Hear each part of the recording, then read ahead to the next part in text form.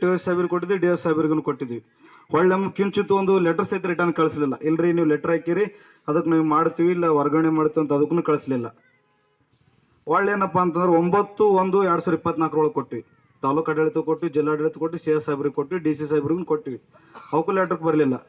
ವಿಶೇಷವಾಗಿ ಏನಪ್ಪ ಅಂತಂದ್ರೆ 10ನೇ ತಾರೀಕಿಗೂ ಕೊಟ್ಟಿವಿ.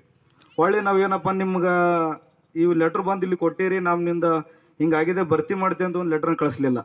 ಏನೋ ಒಂದು DSS ಅಲ್ಲಿ ಅಂಬೇಡ್ಕರ್ ಸ್ವಾಮಿ ಚಾನಲ್ ಕಾಟಾಚಾರಕ್ಕೆ ಇವರು ಕೊಡ್ತಾರಂತ ಹೇಳಿ ತಿಳ್ಕೊಂಡಿದ್ರೆ ಅದನ್ನು ಹೇಳ್ಬೇಕು. ನಮಗೆ ಎಲ್ಲ ಸಂಘಟನೆಗಳು ದುಡ್ಡಿಗಾಗಿ ಮಾಡಲ್ಲ, ಸ್ವಾಭಿಮಾನಕ್ಕೋಸ್ಕರವಾಗಿ ಮಾಡ್ತಿರ್ತೀವಿ. ಇಲ್ಲೇನಪ್ಪ ಕಾರ್ಮಿಕರು ಮತ್ತು ಬಡವರ ಮಕ್ಕಳು, ಹಿಂದುಳಿದ ವರ್ಗದವರು ಇಲ್ಲೇನಪ್ಪ ಸಮುದಾಯ ಆರೋಗ್ಯ ಕೇಂದ್ರಕ್ಕೆ, ಪ್ರಾಥಮಿಕ ಆರೋಗ್ಯ ಕೇಂದ್ರಕ್ಕೆ ಬರ್ತೀವಿ ನಾವು. ನೀವೇನು ಒಳ್ಳೊಳ್ಳೆ ಅಧಿಕಾರಿಗಳು, MLA ಮಕ್ಕಳು, MP ಮಕ್ಕಳು ಇಂಗ್ಲೆಂಡ್, ರಷ್ಯಾಕ್ಕೆ, ಫ್ರಾನ್ಸ್ ಹೋಗ್ಬೋದು, ಅವ್ರು ದುಡ್ಡು ಅದ ಮಾಡ್ತಾರೆ. ಆದ್ರೆ ಬಡವರು ಕಾರ್ಮಿಕರ ಮಕ್ಕಳು ಬರೋದಪ್ಪ ಸಮುದಾಯ ಆರೋಗ್ಯ ಕೇಂದ್ರಕ್ಕೆ. ಒಬ್ಬರು ಡಾಕ್ಟರ್ ಅಂತಂದ್ರೆ ಪರಮಾತ್ಮ ಇದ್ದಂಗೆ, ಕಾಣಲಾರದ ಕಣ್ಣಿದ್ದಂಗೆ ಅದು. ನೀವೇನಪ್ಪ ಅಂತಂದ್ರೆ ನಮಗೆ ಸರಿಯಾಗಿ ಚಿಕಿತ್ಸೆ ಕೊಡ್ಲಿಲ್ಲಪ್ಪ ಅಂದ್ರೆ ನಾವು ಇಲ್ಲಿ ಹೋಗ್ಬೇಕು, ಹೊಲ ಮಾರಿದ್ರು ಆರಾಮಾಗಲ್ಲ.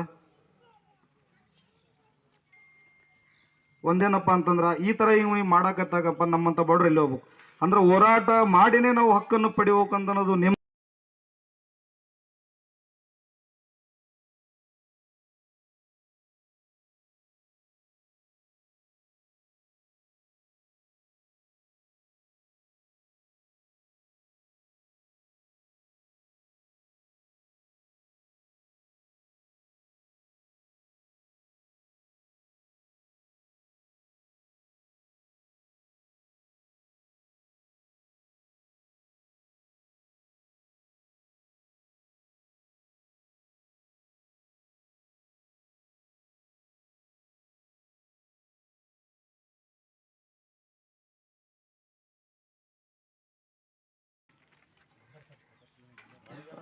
ಹೇಳೋದಕ್ಕೆ ನೆಕ್ಸ್ಟ್ ಅದಾದಮೇಲೆ ಬಾ ನೆಕ್ಸ್ಟ್ ಹೇಳ್ತೀನಿ.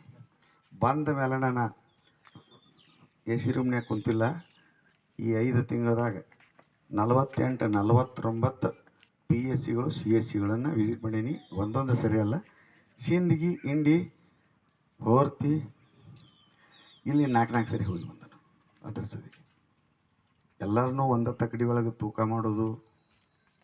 ನನಗೆ ಕಲ್ಕೇರಿ ದವಾಖಾನೆ ಬಗ್ಗೆ ನೀವು ಏನಾರು ಹೇಳಿದಿರಿ ಅಂದ್ರೆ ನಾ ಸುಧಾರಣೆ ಮಾಡ್ಬೋದು. ನೀವು ಸಾಮೂಹಿಕವಾಗಿ ಮಾತಾಡಿ ಯಾವ ಪ್ರೈವೇಟ್ ಡಾಕ್ಟ್ರುಗಳು, ಪ್ರೈವೇಟ್ ದವಾಖಾನೆಗಳು ನಿಮ್ಗೆ ಗೊತ್ತಿರಲಿ. ಈ 5 ತಿಂಗಳದಾಗ ಇತ್ತಾಗಿನ 3 ತಿಂಗಳದಾಗ ಬಂದ ಕೂಡ ನಾ ಏನು ಜಾದು ಮಾಡಿಲ್ಲ.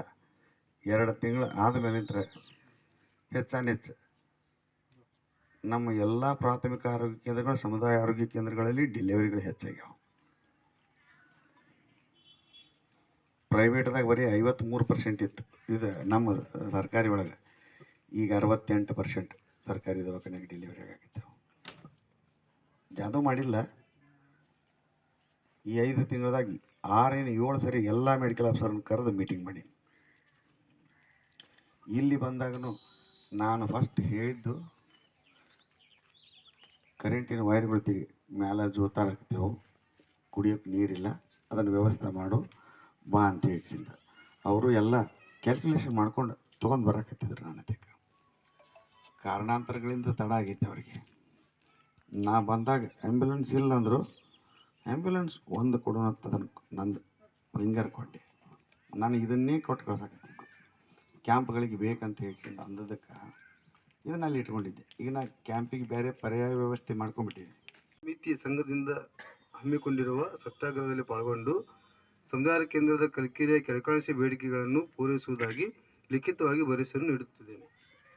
ಒಂದನೇದು, ಆಂಬ್ಯುಲೆನ್ಸ್ ವಾಹನವನ್ನು ಹಿಂದೆ ಕಲ್ಕೇರಿ ಆಸ್ಪತ್ರೆಗೆ ಒಪ್ಪಿಸಲಾಗಿದೆ. ಇವತ್ತಂತೂ ಬಂದಲ್ಲಿ ನಿಂತದ.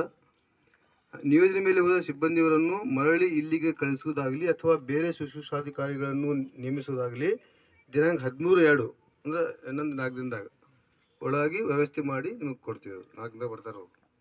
ಆಮೇಲೆ ಆಕ್ಸಿಜನ್ ಪ್ಲಾಂಟ್ ಪ್ರಾರಂಭಿಸಲು 100 kV TC ಅವಶ್ಯಕತೆ ಇದ್ದು TC ಬಗ್ಗೆ ಇವತ್ತು ಮಾತಾಡಿದ್ದು. TC ಕೂಡಿಸಿ ಆಕ್ಸಿಜನ್ ಪ್ಲಾಂಟ್ ಪ್ರಾರಂಭಿಸಲು ಕನಿಷ್ಠ 1 ತಿಂಗಳ ಕಾಲಾವಕಾಶ ಬೇಕಾಗುತ್ತದೆ. 1 ತಿಂಗಳ ಒಳಗಾಗಿ ಈ ಕೆಲಸವನ್ನು ಮಾಡಿಕೊಡಲಾಗುವುದು. ಸಮುದಾಯ ಕೇಂದ್ರಕ್ಕೆ N2 ಇದ್ದು ಹೆಚ್ಚಿನ ಜಂಬೂ ಸಿಲಿಂಡರ್ಗಳ ಅವಶ್ಯಕತೆ ಇದ್ದಲ್ಲಿ ಆಡಳಿತಾಧಿಕಾರಿಗಳಿಂದ ಬೇಡಿಕೆಯನ್ನು ಪಡೆದು ಖರೀದಿಸಿ ಕೊಡಲಾಗುವುದು.